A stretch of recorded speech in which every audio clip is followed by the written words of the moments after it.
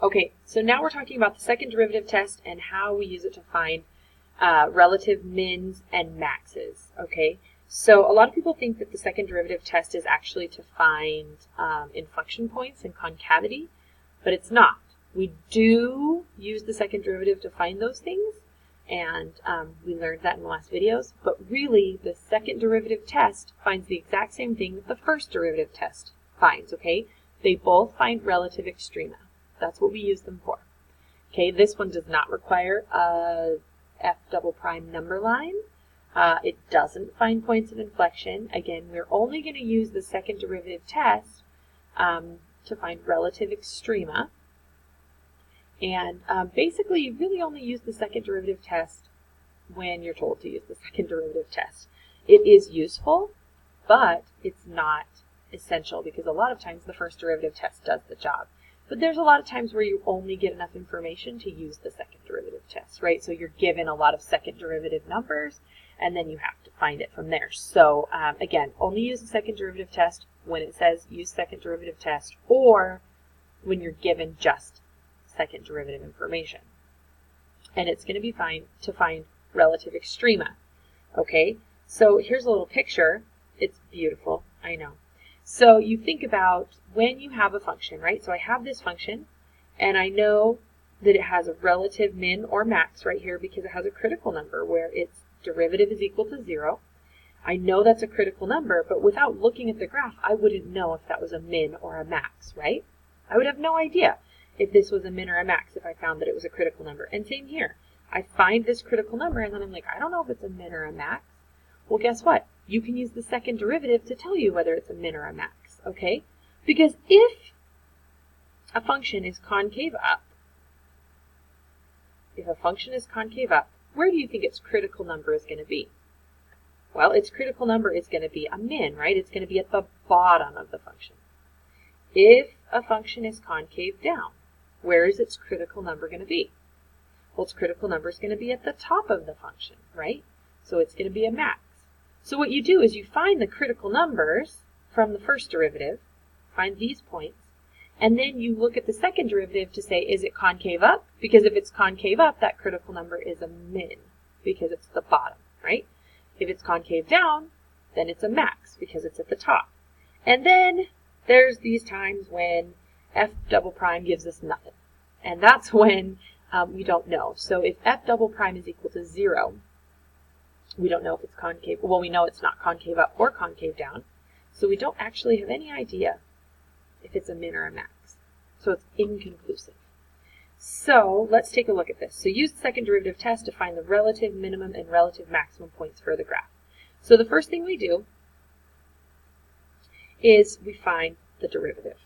Okay, so the derivative is negative 12 x cubed plus 12 x. All right, and I should always label that f prime of x. You should always label your functions so that I know what they are, so that you know what they are. Okay, so then we need to find our critical numbers. Okay, so we found the derivative. Let's find our critical numbers. So we have critical numbers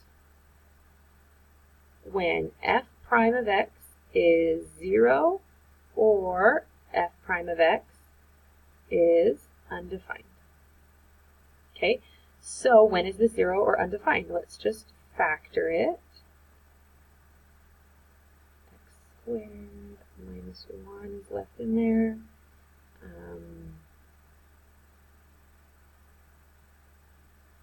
And that gives us x plus 1 and x minus 1 for our factors. So when does this equal 0? Well, when x equals 0, x equals negative 1, or x equals positive 1, the f prime of x is equal to 0. So our critical numbers equal x equals plus or minus 1 and 0. So then what we do is we say, okay, we know that these numbers could be a min or a max. We don't know that they are for sure, but they could be a min or a max. These are our candidates for mins and maxes, right? So let's just find out if they're a peak, because they're concave down, or they're a valley because they're concave up. So the next thing we're going to do is we're going to find our second derivative to find out if it's concave up or concave down at this point. So our second derivative would be negative 36x squared plus 12. I can't quite see my function there, so I'm like looking at my paper to see if I have my right function. Yeah, okay. I wrote the function down right. All right, so here is, and again, that was really poor notation of me. I should really write f double prime of x equals negative 36x squared plus 12. Okay. Now, if we want to check it at x equals plus or minus 1 and at 0 and find out what's going on here. So, at the second derivative at negative 1 would be negative 36 plus 12, which is negative. The second derivative at 0 would be 12, so it's positive. And the second derivative at 1 would be negative 36 plus 12, which is negative. So we know that at this critical number, this first critical number, it is concave down. At this second critical number, it's concave up. And at the third critical number, it's concave down. So what do we know about these points? Well,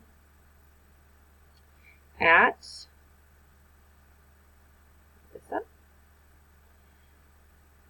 x equals negative 1 and 1, we have a relative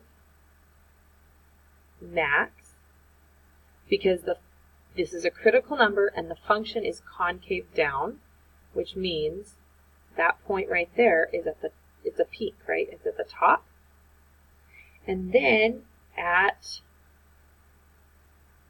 x equals 0, we have a relative min, because this critical number is at the bottom of a concave down. And so the points, is that what it asks for?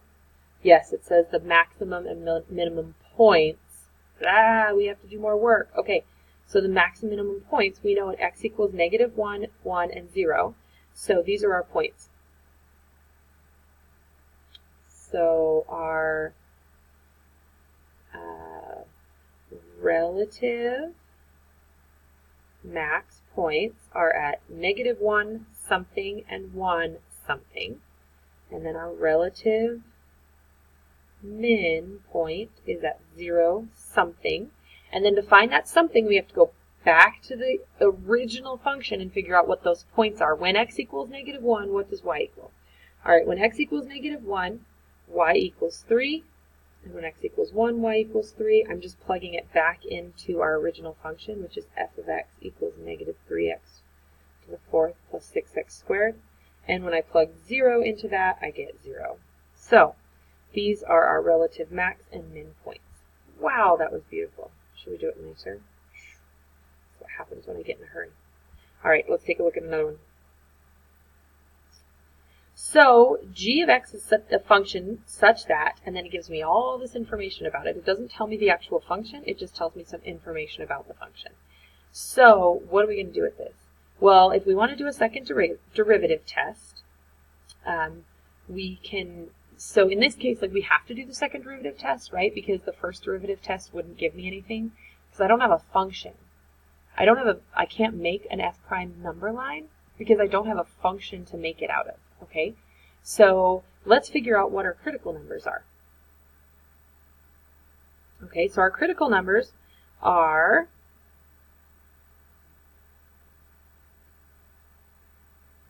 where f prime of x equals 0. So those are at x equals negative 3.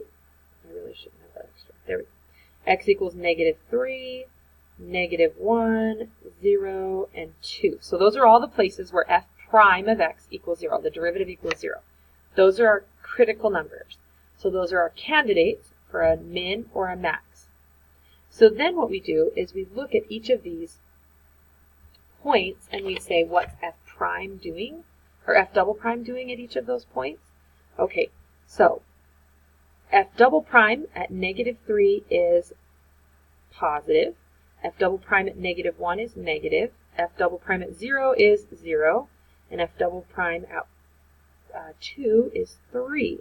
Do you see how this gave me g double prime of 1? But is 1 a critical number? Nope, it's nowhere. So that's extraneous information. We don't even need that. Okay? So then I look, okay, if the second derivative is positive, it's concave up. Second derivative is negative, concave down. If the second derivative is 0, I have no idea. It's not necessarily a min or a max. And if the second derivative is positive, it's concave up. So that means that this has a min here, a max here, and a min here. And I can't give the points, I can't give the x and y coordinates of these ones because I don't actually know the function. I don't know what the function is equal to at -3 or -1 or 2. But I can give the x values. So it asks for the x values. So I can say that we have relative max at x equals -1, and I have relative mins at x equals -3 and 2. And that's it. That's the second derivative test.